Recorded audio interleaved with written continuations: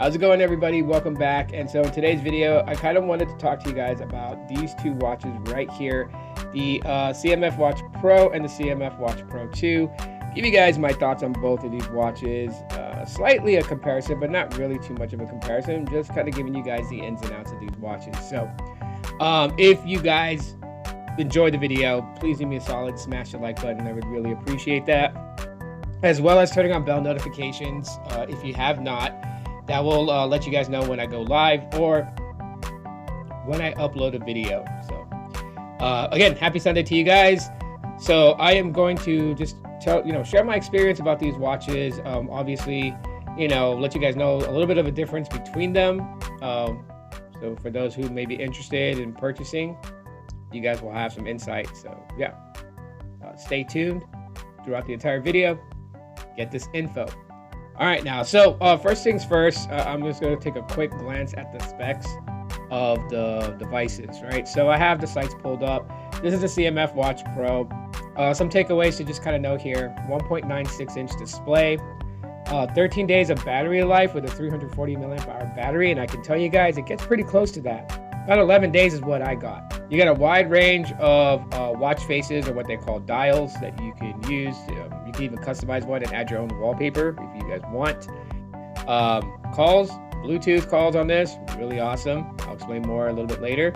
Yeah, health options here with heart rate, sleep, stress, and SpO2 monitors.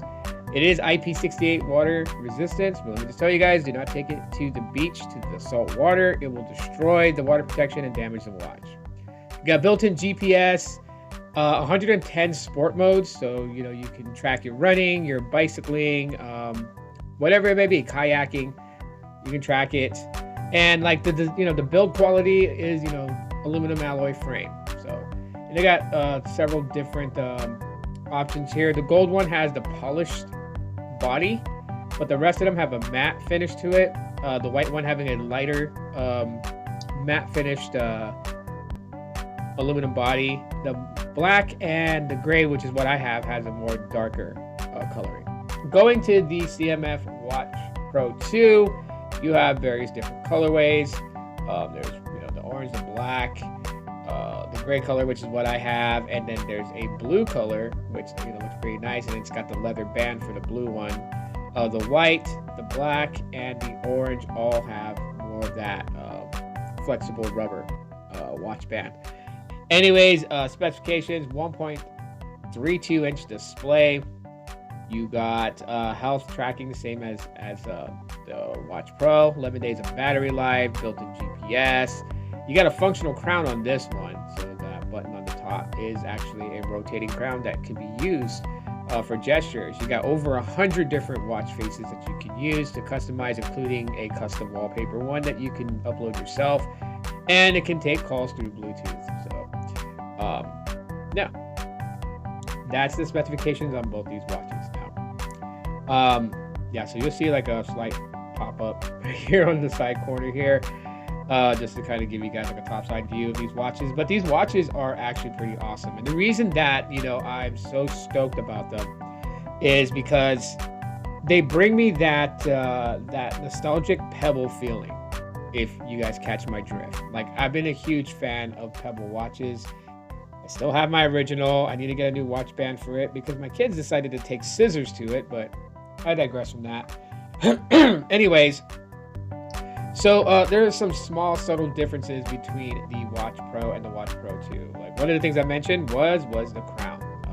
There is a rotating crown on the Watch Pro 2 that also is a button that is a gesture that you can use to navigate through different menu lists and things like that, besides using your finger and touching the display, because both of them do have touch display. So on the Watch Pro, it's all reliant on touch. The side button is a button, but it's not a rotating crown. So you can push it to select things. You can push it to power on the watch, but that's pretty much all that button does. So as far as like a little bit more functionality, the Watch Pro 2 has as far as hardware functionality. Watch Pro, not so much. However, both of them are touch display. The Watch Pro having a much bigger display at 1.96-inch display versus 1.32-inch.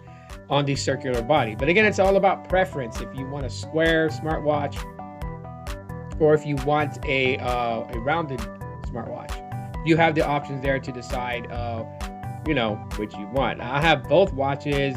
I'm a nerd, so some days I feel like using the Watch Pro. Some days I feel like using the Watch Pro 2, just depending on how I feel. But yeah, as far as like differences with, you know, the user experience, there's not really a difference at all between both of them. They both are very solid smartwatches. They do exactly what I want from them, which is why I'm not, you know, hung up on Wear OS. Like, I don't need Facebook or any other app installed on my smartwatch. I only want my smartwatch to do several things. Ultimately, bring me notifications from my phone, right? I get a text message, I want it on my watch when my phone's in my pocket and I want to take my phone out. I can read the messages from my wrist. I want it to be able to track my sleep.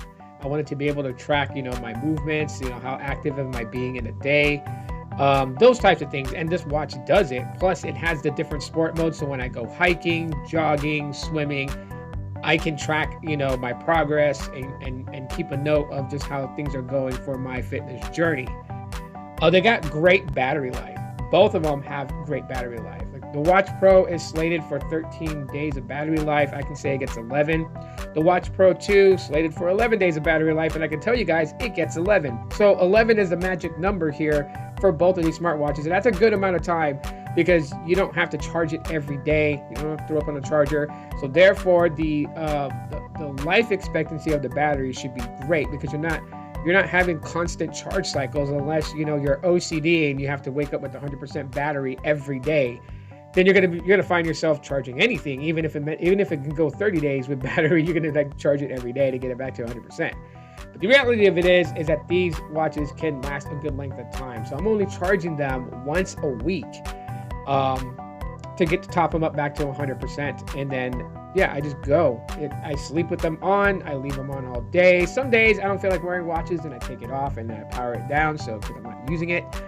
But overall, you know, it's pretty solid. And the app in itself is very basic and easy to navigate. It's very simplistic, simple as that, you know. But everything is pretty much understandable, from the health tracking side, you know, to the customization side, to the notification side.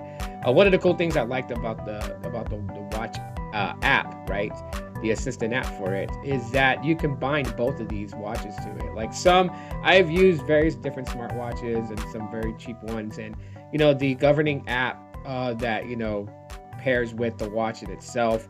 A lot of the times, if you want to use a different watch from the same company, they want you to unbind the current watch you have paired to the app and then bind the new one.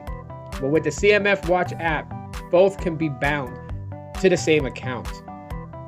So yeah, when I'm in the watch app, I can cycle through. So it'll show me two different watches, and I can cycle through it and choose the one that I'm using for the day, and that's the one that it's going to send notifications to. So, you know, makes it easy to basically just have, you know, more dual devices. Not run at the same time, but just, you know, have the ability to switch in between quickly without having to go through a whole setup process. And when I get the Watch Pro 3, whenever that comes out, obviously, then I'll have 3 on that list. That'd be pretty cool. So a couple of things that I do want to say about the call quality when you're using these watches, that the call quality is fantastic. It's probably one of my favorite things about this watch, how loud it can get during a phone call.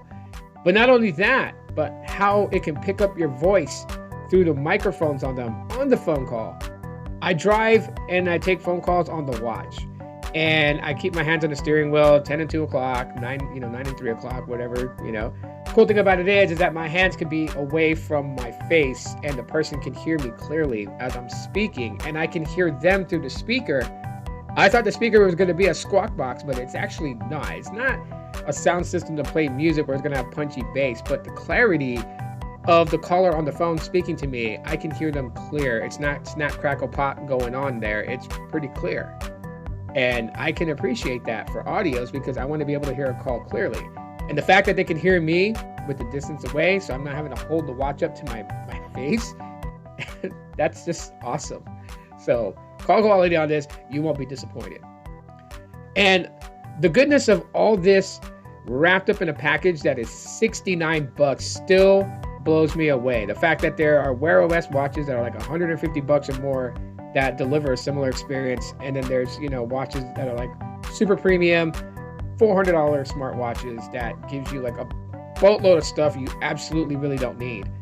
I am happy in the fact that, you know, CMF was created by nothing, and I'm happy in the fact that they've built these watches, because these watches fit my day-to-day needs and wants out of smart tech devices. So that's my thoughts basically on these two watches. I mean, I really can't pick a clear winner between them because the user experience is so close. However, there are some minor differences. Obviously, the display size, I have to give it to the Watch Pro because it's got a much bigger display, and I know people would enjoy that more over a more tighter display, like a 1.32 inch display.